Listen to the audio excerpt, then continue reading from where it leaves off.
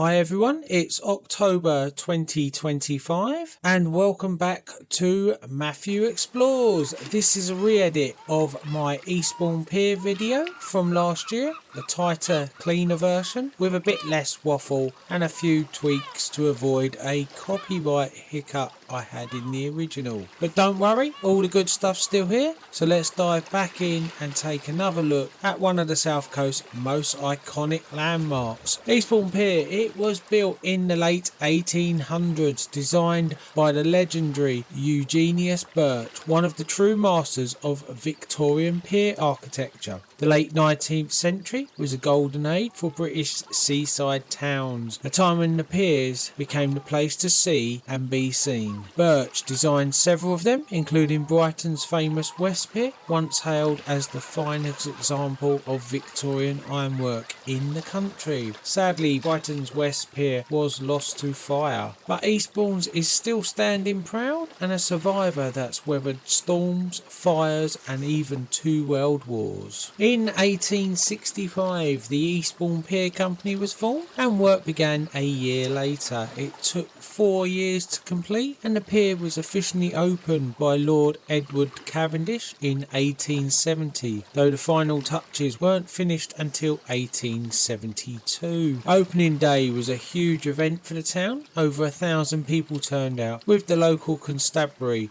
fire brigade and lifeboat association all taking part. The pier cost about $13,000 to build, roughly 1.2 million in today's money. At completion it stretched around 1,000 feet long and 27 foot wide, built on screw piles anchored into the bedrock, an ingenious design that allowed it to flex with the wind and the waves. Originally the pier was joined to the lower promenade, but on New Year's Day 1877 disaster struck. A violent storm destroyed about a third of the structure. When it was rebuilt, the engineers connected it to the upper promenade instead, raising its height, and if you walk today you'll notice a steep ramp about a third of the way down. That's where the old and new levels meet. When it first opened, Eastbourne Pier was fairly simple, a walkway with a cafe and brass band and landing stage at the end. That landing stage is still there, though these days it's used mostly by anglers. Back in the pier's heyday it was buzzing with activity, paddle steamers, fishing boats and the pleasure trips up and down the coast. In the 1950s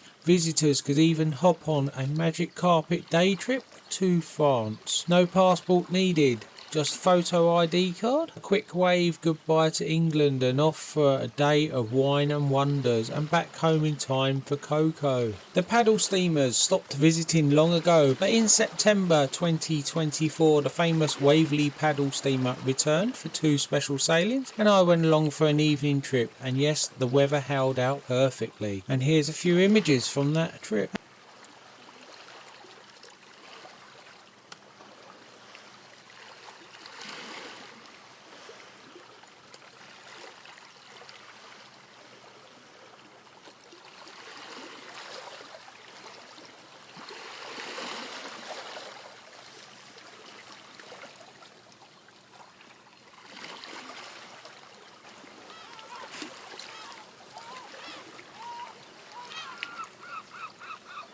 At the Seaward end, the first buildings appeared in 1888, starting with a 400-seat theatre. By 1901 it had been rebuilt into 1,000 seats.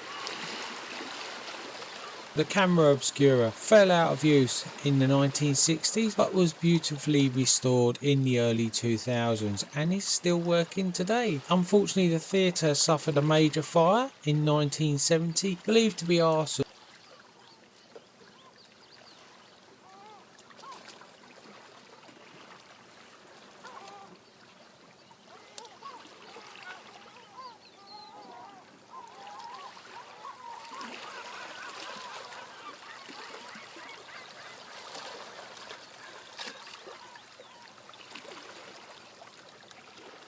When rebuilt it became the nightclub and bar. At the landward end the grand ballroom was built in 1925. Over the years it became an arcade until 2014 when another devastating fire struck. That blaze destroyed the ballroom and several nearby buildings. Although the pier itself survived, much of the ornate Victorian ironwork was lost, replaced with modern shed-like structures. It's a real shame. The original craftsmanship was stunning.